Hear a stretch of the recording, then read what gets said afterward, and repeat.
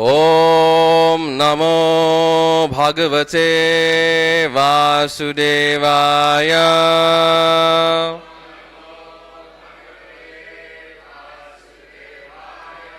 ॐ नमो भगवते वासुदेवाय।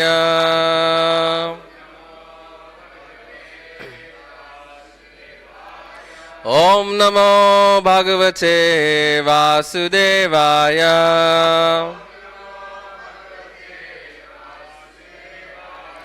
नारायणं नमस्कृत्यां नरं चैव नरोत्तमं देवीं सरस्वतीं व्यासं ततो जयमुदीरये।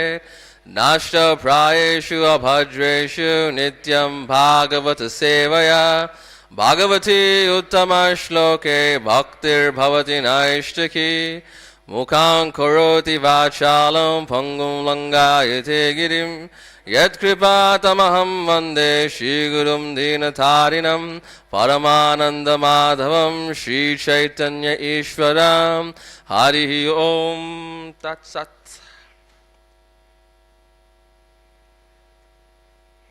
So today we are reading from the Srimad Bhagavatam, 4th canto, 14th chapter, verse number 15, chapter entitled The Story of King Vena.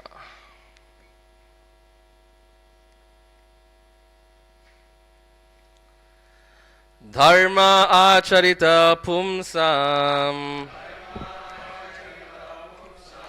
Dharma acharita pumsam,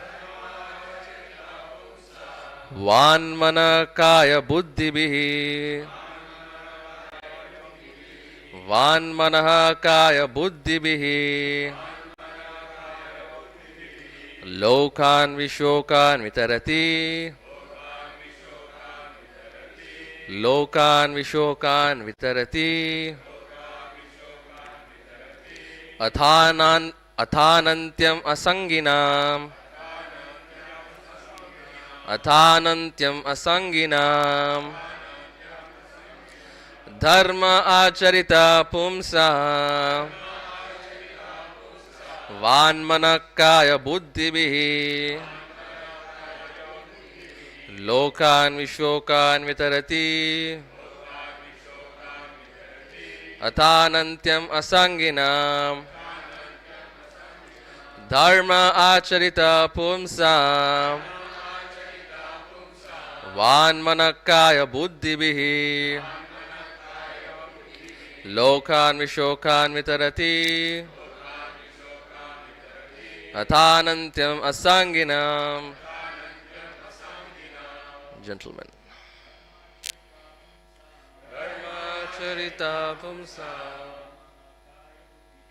Vanmanam kaya buddhibhi,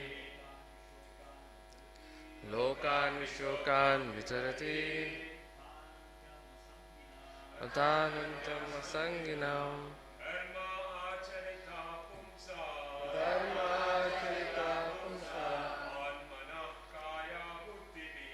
Vanmanakaya buddhibhi, Lokan vishokan vitarati, Athanantyam asanginam. Dharma charita pumsam, Vanmanakaya buddhibhi, Lokan vishokan vitarati, Athanantyam asanginam. Ladies. Dharma charita pumsam,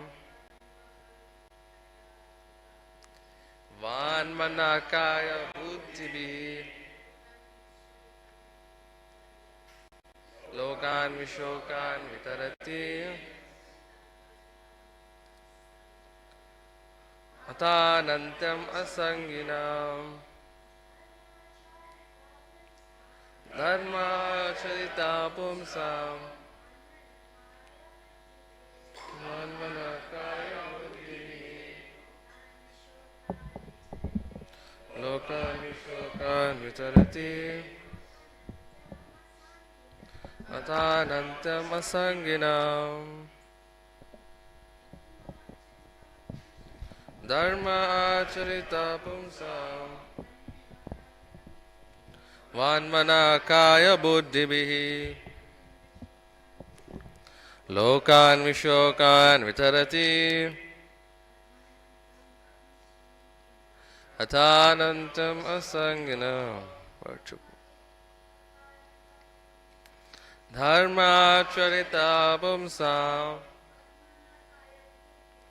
Vanmanakaya buddhibhi Lokan vishokan vitarati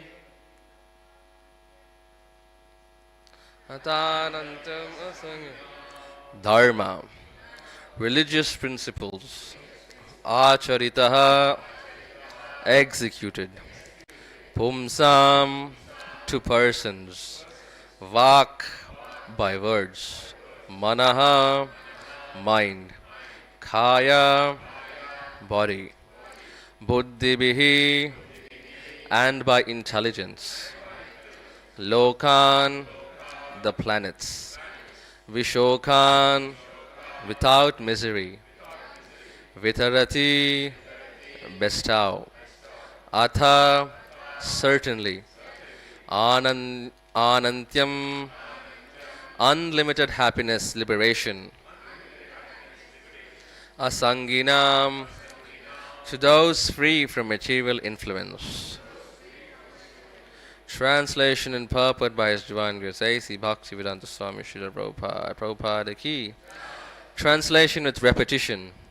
Those who live according to religious principles and who follow them by words, mind, body, and intelligence are elevated to the heavenly kingdom, which is devoid of all miseries. Being thus rid of all of the material influence, they achieve unlimited happiness in life. Purport. The saintly sages herein instruct that the king or head of government should set an example by living a religious life. As stated in Bhagavad Gita, religion means worshipping the Supreme Personality of Godhead. One should not simply make a show of religious life, but should perform devotional service perfectly with words, mind, body, and good intelligence. By doing so, not only will the king or government head rid himself of the contamination of the material modes of nature, but the general public will also, and they will all be gradually elevated to the kingdom of God and go back home, back to Godhead. The instructions given herein serve as a summary of how the head of government should execute his ruling power and thus attain happiness, not only in this life, but also in the life after death. Mangalachara. Om Ajnana Timirandasya Gyananjana Shalakaya Shakshurunmilitam Yena Tasmai Shri Gurave Namaha Shri Chaitanya Manobhishtam Sthapitam Yena Bhutale Swayam Rupa Kadamahyam Dadati Swapadantikam Vandeham Shri Guru Shri Yuta Padakamalam Shri Gurum Vaishnavamsha Shri Rupam Sakrishatam Sahagana Raghunathanvitam Tam Sachivam Sadvaitam Savadhutam Parijana Sahitam Krishna Chaitanya Devam Shri Radha Krishna Padan Sahagana Lalita Shri Vishakhanvitamsha He Krishna Karuna Sindho Dhinabandhu Jagatpate Gopesha Gopika Kanta Radha Kanta Namostute Tapta Kanchana Gaurangi Radhe Vrindavaneshwari Rishabhanu Sute Devi Pranamami Hari Priye Jayatam surato pangor mama mandamatergati matsarvasya padam bhojo radha madana mohano namao vishnu padaya krishna pistaya bhutale shrimate bhakti vedanta swamini namine namaste saraswata deve gauravani pracharine nirvishesha shunyavadi paschatya deshatharine Jaya Shri Krishna Chaitanya Prabhu Nityananda Shri Advaita Gadadhar Shivasadi Gaura Bhakta Vrinda Hare Krishna Krishna Krishna Hare Hare Hare Rama Rama Rama Hare Hare.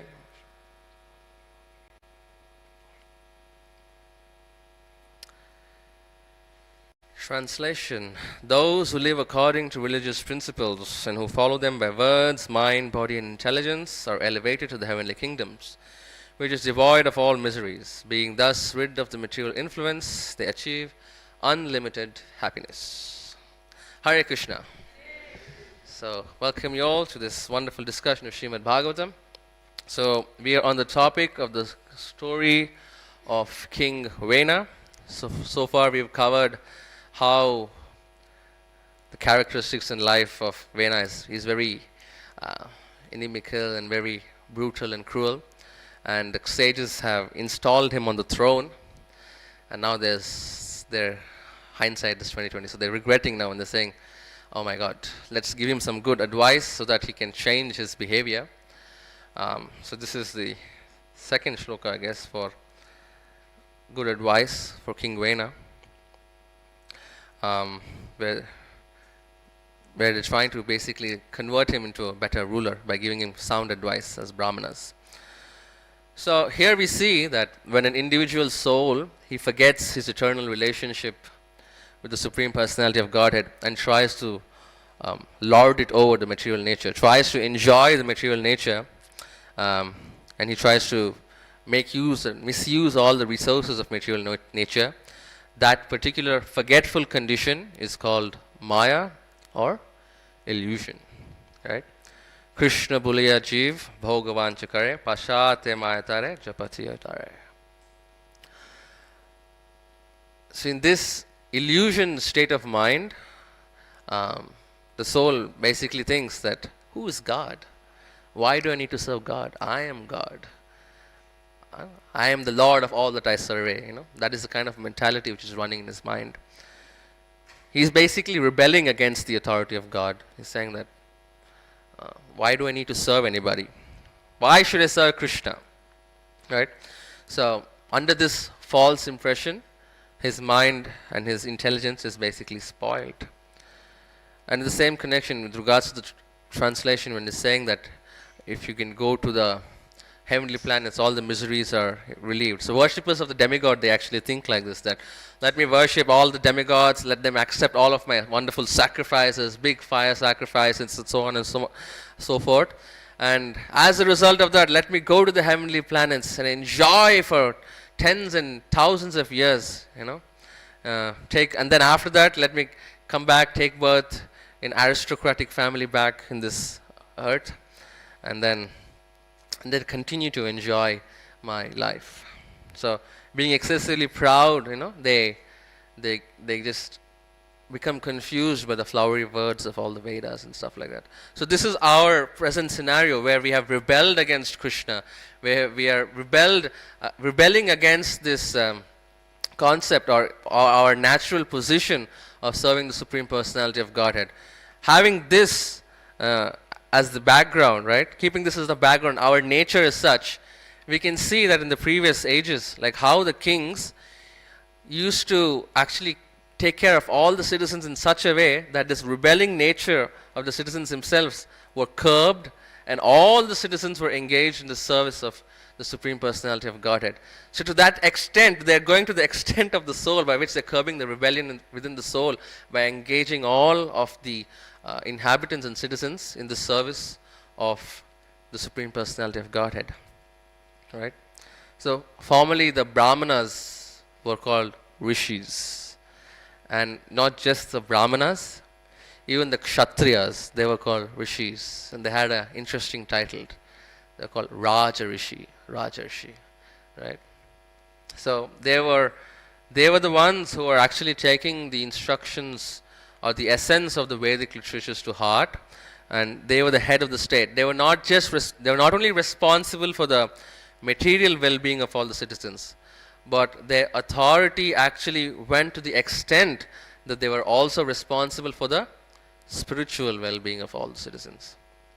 Yeah, so that is actually the verdict of Vedic literature, because the spiritual science is not understandable, or is not to be understood by ordinary men. Because Krishna says in the 4th chapter of the Bhagavad Gita, Imam Rajarshayo Viduhu, that this great science is to be understood by the saintly kings, the Raja Rishis.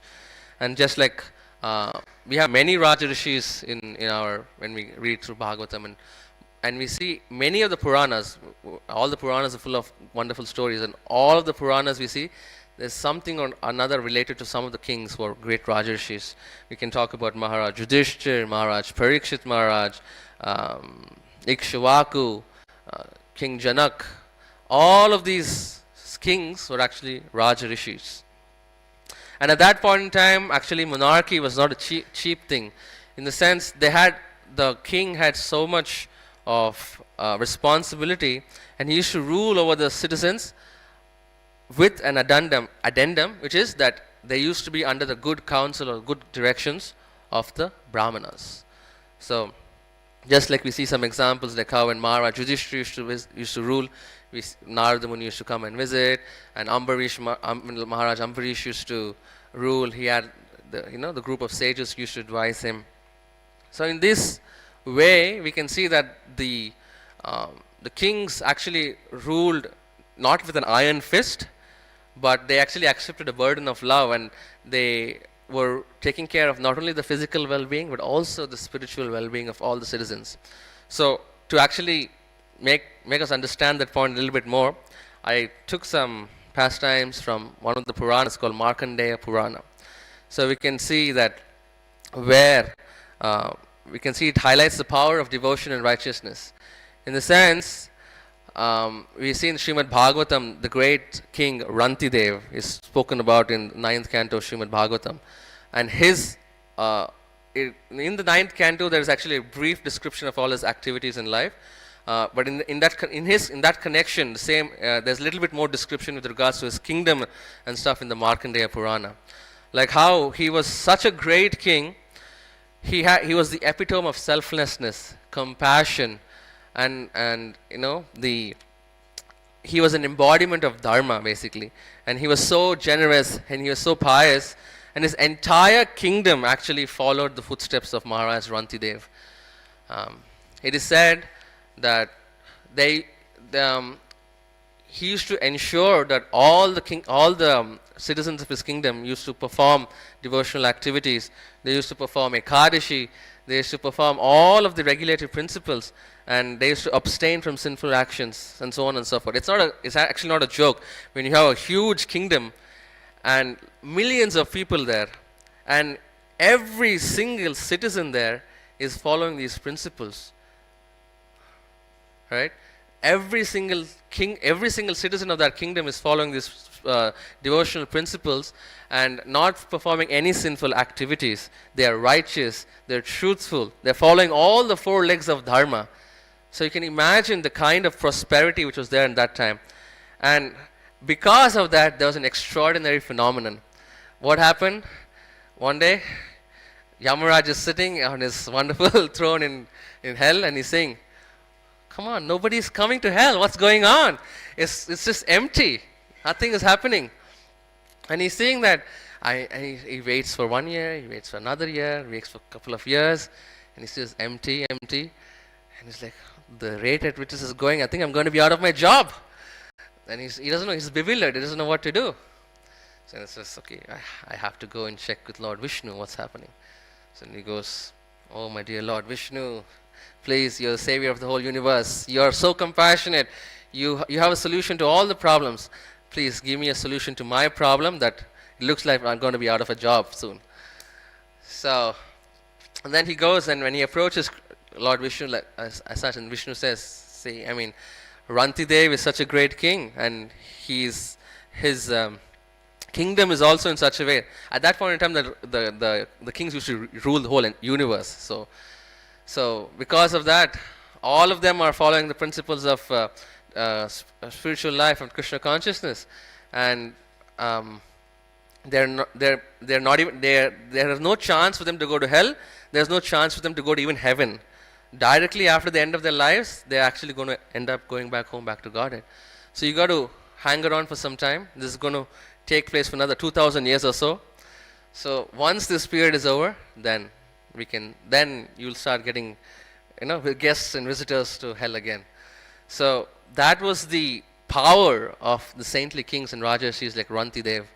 Just by his potency, and just by the potency of performing devotional service and his exemplary rule, all the people, they had the opportunity to go back home, back to God. That was the power of a Raj Rishi.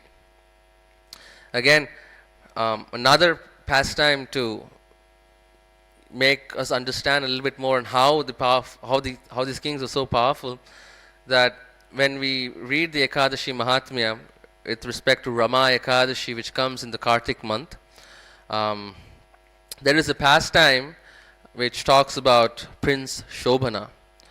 He was actually, there was a king called Muchukunda. This king Muchukunda was such a staunch follower of Ekadashi that it's not just the citizens who used to follow the Ekadashi Vrat, but even the animals used to fast on the day of Ekadashi. So that used to be the extent to which the residents of a kingdom used to follow. Practically speaking, residents, when Prabhupada says in the Prabhupada that residents does not mean just the human beings, but it also means the plants, the trees, the animals, and so on and so forth. So he actually took it to heart. So on the Ekadashi day, everybody used to fast, including the animals. They abstained from food and even water on the sacred day, right? So this king Muchukunda, he had a wonderful daughter called Chandrabhaga. And Chandrabhaga had a husband called Shobhana, Prince Shobhana. So Prince Shobhana, he was a prince, but he was not very good in health. Right? He was a little bit he had a bad ill health and he had delicate health. That's the word. He had delicate health, and because of that, he found it challenging to do some austerities sometimes. But when he got married to Chandrabhaga and he comes to the kingdom, he knows that the entire kingdom, the custom is that everybody must follow this particular Ekadashi, or every Ekadashi. And on this particular Ekadashi, what happens is that he says, okay, I will also follow this Ekadashi, and I will try to observe this rigorous fast of abstaining from food and water. So the day goes on and on. In the morning, he's engaging in chanting and dancing. He's trying to stay awake also throughout the night. And as the time to break the fast approaches, his health is so bad that it comes to the point that he's just about to leave his body.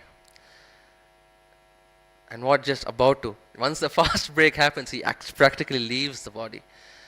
So this king, he's trying to so strictly adhere to this fast that he practically leaves his body. And because of that, next life, he becomes the ruler of an entirely huge kingdom. So I mean, the story goes on and on and on. But I use this pastime to just let you know that how that the kings used to have so much control over the residents, including the animals, that all of them were in a position to follow the principles of even Ekadashi Vrat and all the devotional principles. And because of such, all of them were in a potential, or they had the opportunity to actually go back home, back to Godhead. I mean, you can read the pastime in Ekadashi Mahatmya and Rama Ekadashi. Practically, the story goes on. In short, he has a kingdom, but it's a transient kingdom. So then a Brahmana goes and visits his wife and says, your husband is taking birth again in the new kingdom, but the kingdom is transient. So you better do another Ekadashi, give the benefit to that, give the benefit of that Ekadashi to him, so that his kingdom becomes permanent. So again, the wife follows the Ekadashi and gives the benefit to her husband.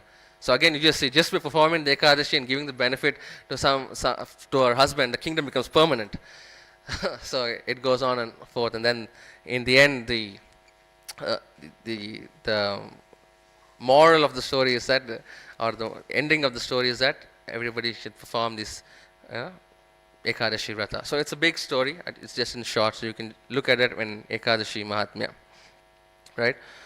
So from this we can see that there are so many instances in the Shastras which talk about how when we do just a little bit of devotional service, even tiny bit of devotional service, we get so much of benefit. Swalpam apyasya dharmasya trayate mahotobhaya. And by doing just a little bit of this devotional service, we are saved from even the greatest of dangers, greatest of fears. And then we see that in this connection, when Ambarish Maharaj is actually asking Narada Muni, he's saying, how is it that when you do certain small things, you get actually such a large benefit? Small devotional service you do to Krishna and Vishnu, somehow you see that the benefit is just magnified hundreds of times and thousands of times. We see this actually in many special months of the year when we see, right? In Damodar month, when you do some activities, it says in the scriptures, the benefit is magnified 1,000 times. When we do some activities in the month of Vaishak, again it's hundreds and thousands of times the devotional service is magnified. So in this way, Ambarish Maharaj is actually inquiring. Even when we see the story of Ajamil, right? He is on his deathbed. He's just about to die, and all the Yamadutas are just trying to take the soul away from his body, and he's in so much fear. And what does he loudly do at that point in time? Narayana! What does he say? Narayana. I mean, if he says that softly, I don't think they would know. Narayana! Narayana! So just by loudly chanting one time Lord Narayana's name, see the Vishnudutas just come, they make an appearance, and then they actually relieve him from that situation where he is going to be taken away from the Yamadutas. So again and again we see in so many places that just by a little bit of devotional service, even a little bit of bhakti, it can deliver one from so many different kinds of situations and problems. In this regard, Narada Muni actually explains one pastime to Maharaj Yudhishthir.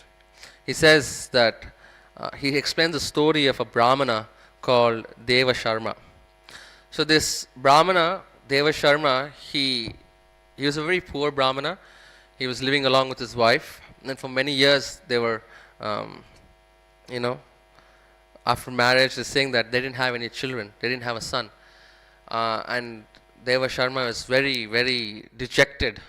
Again, you can see the comparison of how Anga also, and he didn't have a son, and he wanted a son.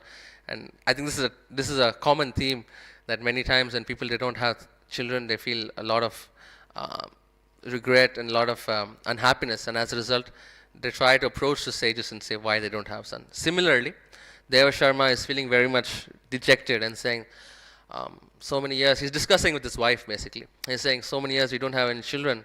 I'm feeling so upset. I'm feeling so, unhappy. I'm feeling I have so much money, but still I'm feeling unhappy. I feel that my whole house is empty, right? But his wife Sumana, she was very intelligent. She was very spiritually intelligent, and she said, why are you so attached? Why do you want to have children? Don't you know that there are in the Shastras it is said that there are 5 different types of sons who are born to you, or children who are born to you? And she started advising him. She's trying to basically, shake him up. She's saying there are first type of children is those who in your previous life you were indebted to them, in the sense you had some kind of debt. So as a result, they are born in this life as your children.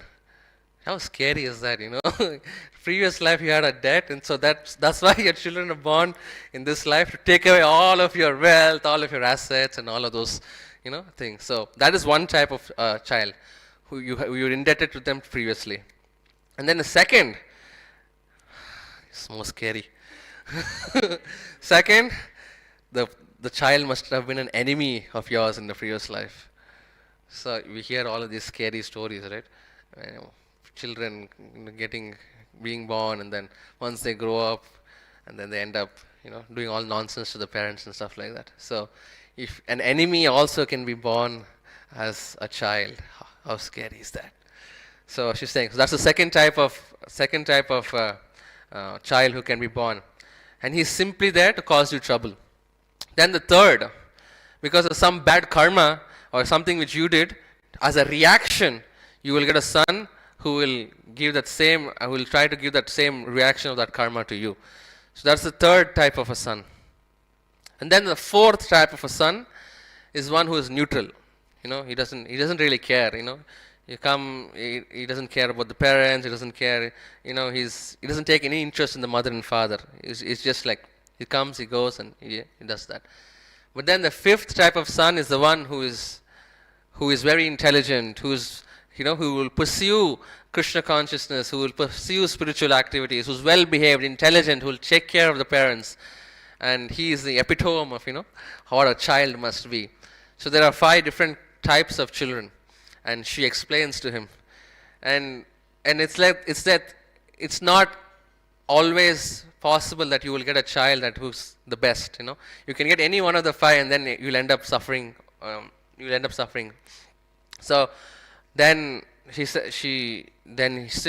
Sharma is very, very, it's very this thing. No, I must have a child. I must have this thing. So okay, let's go to the sage Vasishta Muni and ask him what to do, what not to do to get a child, and we'll see what happens.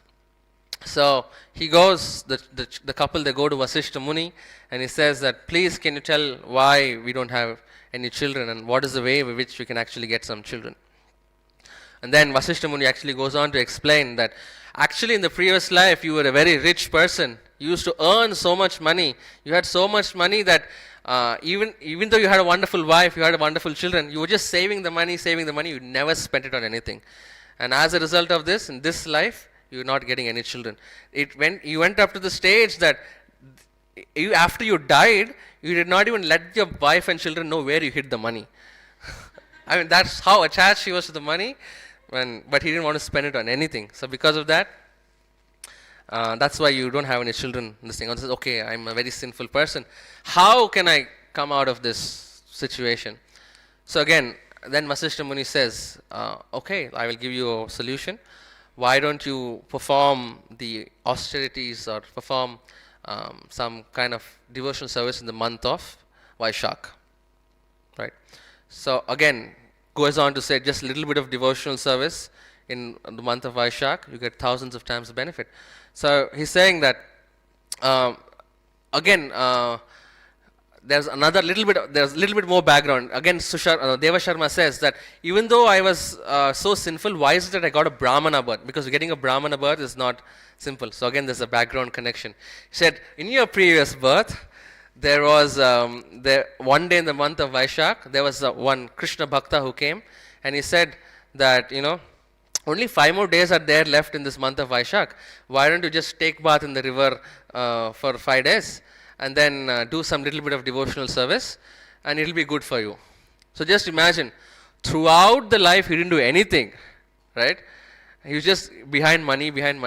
But then because of some Vaishnava who came and said that last 5 days of Vaishak is there, do some devotional service there, take bath in the river, and then do some devotional service. So because of that, he actually got the opportunity to be born as a Brahmana in his next birth actually. And there's also a description which says, it's a very interesting description that says that if you're living anywhere within the vicinity of the Ganga, within 1,000 yojanas, and you loudly chant, Ganga, Ganga, Ganga. So when you chant that, it's equivalent to actually taking bath in the Ganga river. So that was also what Deva Sharma did during those 5 days. And an interesting thing was actually Googling in the morning today. What's the distance between Sydney to Ganga? Is it within 1,000 yojanas? 1,000 yojana is 8 miles. So that's like around 8,000 miles. So when you draw a line from Ganga to Sydney, I think it's around 6,000 or 7,000 miles. So yeah, so when we also every day when we take bath, we loudly chant Ganga, Ganga, Ganga 3 times. We are also taking bath in Ganga every day. Ganga Mata ki. So yeah, that was an interesting thing which I thought. So yes, so in this way, actually we see that Prabhupada has given us the opportunity that we're performing so many. He has given us the opportunity to perform devotional service, and He's given us so many different processes. He's given us the Vaidhi Bhakti way by which every day we can chant, attend Mangalarti, attend Srimad Bhagavatam class, perform devotional service in a regulated way and with all the principles under the instructions of a bona fide spiritual master, so that we can actually slowly progress and slowly progress and achieve the highest goal, which is naturally getting attracted to Krishna. So, what are the examples when we talk about Vaidhi Bhakti? Is something which is we do, which is not enforced, but which requires a little bit of encouragement for us to actually do. Get up early. We need some encouragement to actually get up early, attend Mangalarti, chant our 16 rounds, perform deity worship, and so on and so forth. So all of this actually comes under the umbrella of Vaidhi Bhakti. So what is the goal of this Vaidhi Bhakti? It is to purify our heart, and gradually we have to attain that spontaneous love for Krishna. Another example which is given for Vaidhi Bhakti is when Shukadeva Goswami actually advised Maharaj Parikshit that if you want to be fearless from death, you must listen to Srimad Bhagavatam, you must remember Krishna. So there is a condition. If you want to be fearless from death, then you do such and such thing. So you're doing a devotional service because there is a motive behind, and because of that, if you do something, that is Vaidhi Bhakti. So the essence of Vaidhi Bhakti is basically always remember Krishna and never forget him. So that is the essence of Vaidhi Bhakti. So we have to aspire to actually transcend from Vaidhi Bhakti and go on to Raganuga Bhakti, which is spontaneous devotional service. Spontaneous in what way? That nobody has to come and tell that, hey Prabhu, wake up, you got to wake up for Mangalarti. Or is that you're so attached to serving the Lord that you want to wake up in the morning, and then you see naturally, oh, yesterday Gopinath was wearing such and such dress. Maybe today he's going to wear a white dress. So what are the different ways I can actually decorate the deity?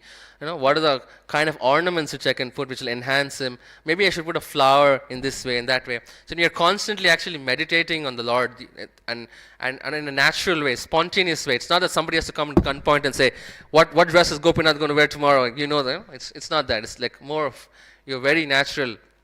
And then the highest limit is that when the highest example is shown by the inhabitants of Goloka Vrindavan, Vrajavasis, who actually serve Krishna with such intense love and attachment. Of course, we are very far from that, but Prabhupada has given us the pathway in which we should ideally be progressing to achieve that kind of a attraction towards Krishna. So yes, so this is another thing which I was actually contemplating on, how the Lord is actually very merciful, in the sense that even a little bit of devotional service you do, He actually reciprocates very quickly. I remember when I was in my teens and I was chanting Hare Krishna. At that point in time, I was a little bit attached to different kinds of prasadam. Even now, but yeah. So I was like, the Lord is so merciful that even this kind of insignificant desires which you have, which is, it's completely, which is, you don't even, the Lord does not have to, or He doesn't have to fulfill these desires, but still He will fulfill them just to encourage and just to give some faith and say, okay, now that I fulfilled, just try to progress a little bit more.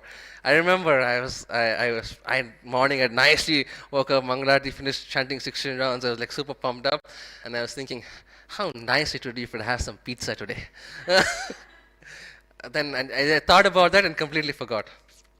And then the other day, I was just doing all of my activities, and suddenly, out of nowhere, one devotee comes and says, "Hey, Prabhu, come here." I'm like, "What? I got some nice pizza. You want to have some pizza?" I'm like, "Wow, pizza!" So I started singing. Then, I mean, at that point in time, I wasn't thinking. I was just happy I got the pizza and stuff like that. So, what to speak about so many years back? Actually, a few weeks back, right here, Gopinath's also nicely he fulfills his ass. I was just thinking, after Mangalarti was in the morning, little bit of hungry. I'm like, how nice it would be if we have some nice puliogre today. Just remembering. And out of nowhere, you see, Vanamali Prabhu that day for breakfast he's made wonderful puliogre. So these are small things which the Lord actually fulfills.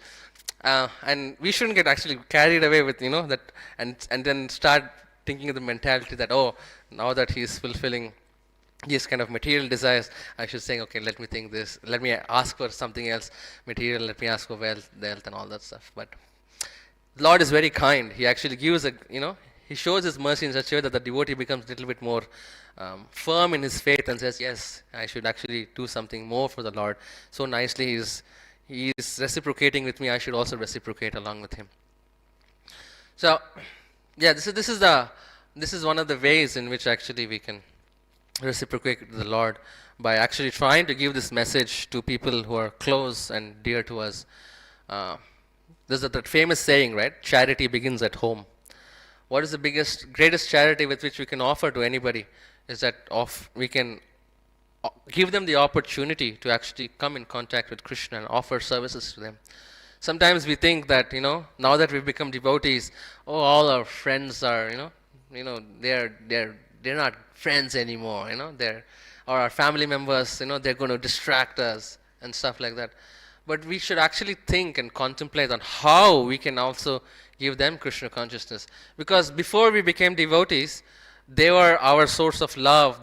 We had such great relationships with them. We had so much of attachment towards them. When we were our sadness, joy, we used to share along with them. So then, how is it that once you become a devotee, suddenly you become disconnected?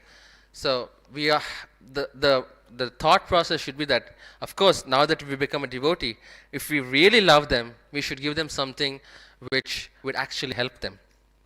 Which is how we can give them a little bit of prasadam every day. If in case, I remember my Guru Maharaj was giving so many different kinds of tips when disciples ask questions that, I'm the only one in the family who's a practicing devotee.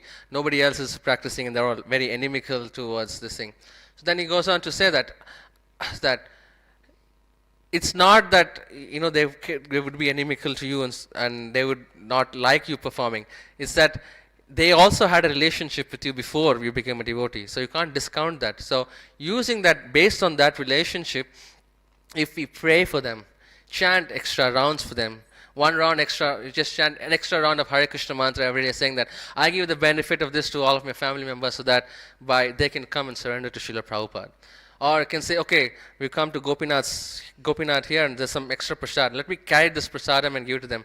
And Gopinath's prasadam is so powerful that it can change anybody's mind, and they can also get the opportunity to actually surrender. Or give them the opportunity to listen to some kirtan. All of these ways by which we can, give them an opportunity to actually surrender to Krishna. So again, charity begins at home. Once we have so much potential actually in that if as a single individual, if you just sit in one place and contemplate, how many people do I know? A mother, father, relatives, and the mother will have two sisters or one brother, or father will have something, and then the husband will have a couple of relatives, the wife will have so many relatives. Our circle itself, there are so many people, so much potential to actually give them the opportunity to come and surrender to Srila Prabhupada. So we should actually contemplate on that, and then if we actually give them Krishna in the form of Prabhupada, his books, his teachings, that is the greatest paropakar one can actually do. And we are actually then following the line of all these Raja Rishis, how they used to take care of the physical body and also the spiritual body of all the citizens. In this way, people who are connected to us, we can also give, we can also try and take care of them spiritually and physically by giving them Srila Prabhupada. Thank you very much. Hare Krishna. Any questions or comments? Yes, Prabhu.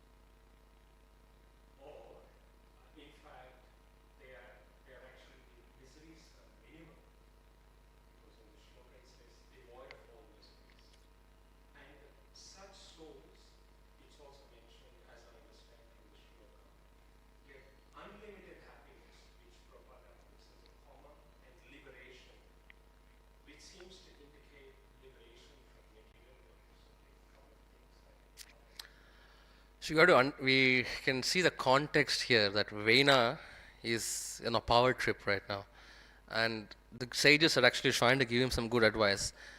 So they're first starting on with religious principles of just basic dharma, artha, kama, moksha, because he's completely far away from right now worshipping the Supreme Personality of Godhead, right? He's in a state that he's saying stop everything, just let worship me or forget everything. So the context is in such a state that he's in a situation where he's not ready to understand topics on the Supreme Personality of Godhead. So they're starting off by saying at least do this dharma, artha, kama. Just follow this dharma, then you have the opportunity to go to heaven and attain this wonderful happiness. Of course, when we are comparing the happiness of all this with actual happiness by performing devotional service, it's absolutely incomparable. But in this particular context, the reason why they're giving us such a nice thing, it's wonderful happiness, just why don't you be peaceful, take care of your citizens, they're just trying to pacify him and make him at least follow something. Otherwise he's on massacring people left, right and center, stopping sacrifices, so on and so forth. So they want him to at least do some kind of a religious activity, so he has the opportunity to at least go to heaven.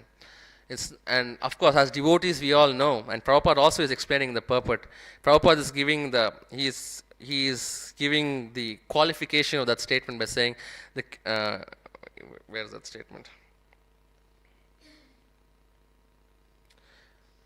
One should not simply make a show of religious life, but should also perform devotional service. And then as a result, the general public also will get gradually elevated to the kingdom of God. So Prabhupada is nicely bringing up the context of devotional life. But in this particular context, we're seeing that it's more to get him into, getting him back on track. Yes. You were talking about the 5 types of Yes, children, yes. Children, I said son. Yeah, I said son, but it's actually children. Yes. That's the question? Oh, okay. Yes. Sorry? Any other questions, comments? Yes, Ru.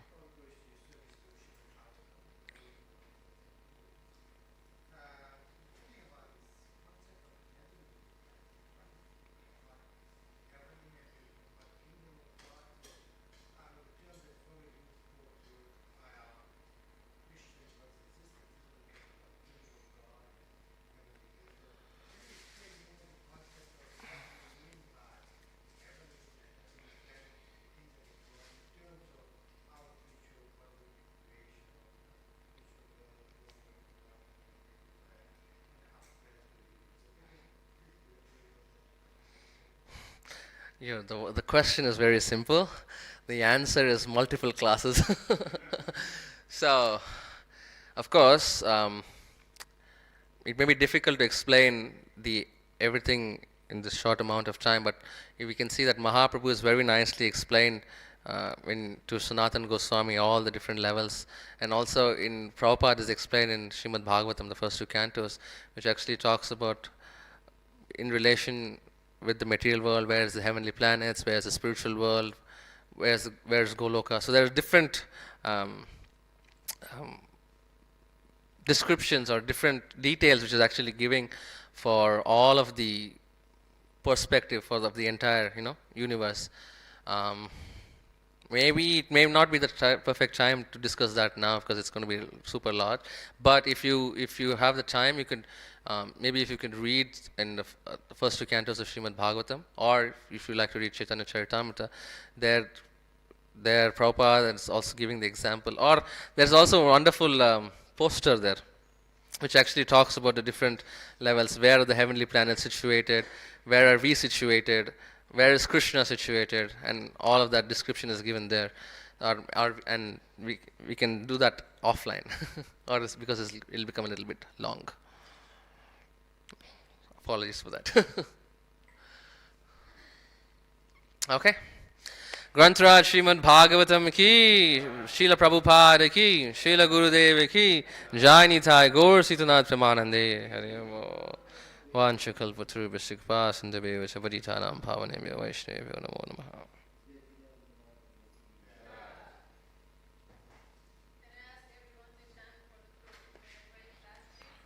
Hare Krishna, Hare Krishna, Krishna Hare Hare, Hare Rama, Rama Rama, Hare Hare.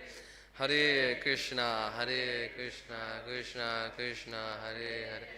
Hare Rama, Rama Rama, Hare Hare. Hare Krishna, Krishna Krishna, Hare Hare. Hare Rama,